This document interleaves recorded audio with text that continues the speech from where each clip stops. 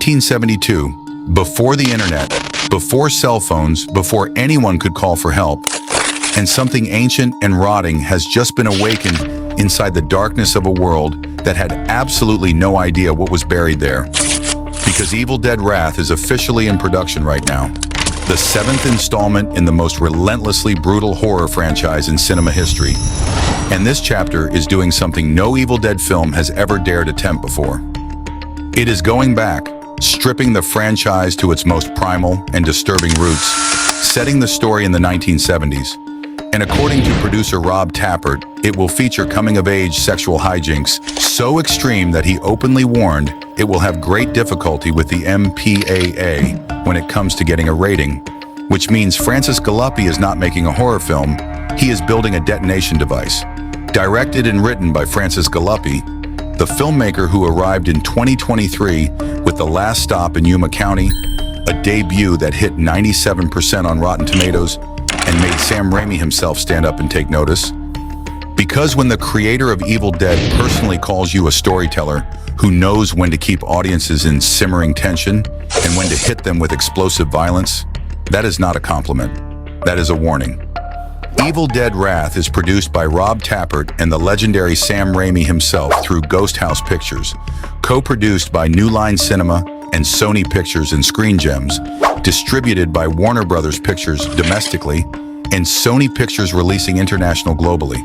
The full combined weight of two of Hollywood's most powerful studios behind the most dangerous horror franchise alive.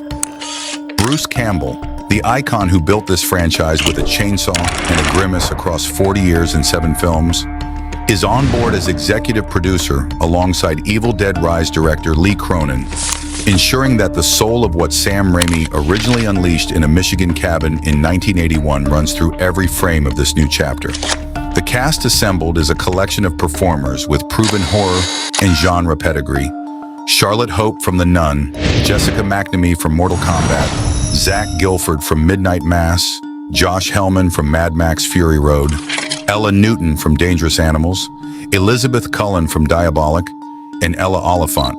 7 people dropped into 1972 with no idea that something in the dark has been reading from the Necronomicon Ex Mortis and has decided this group of young lives is exactly what it has been starving for.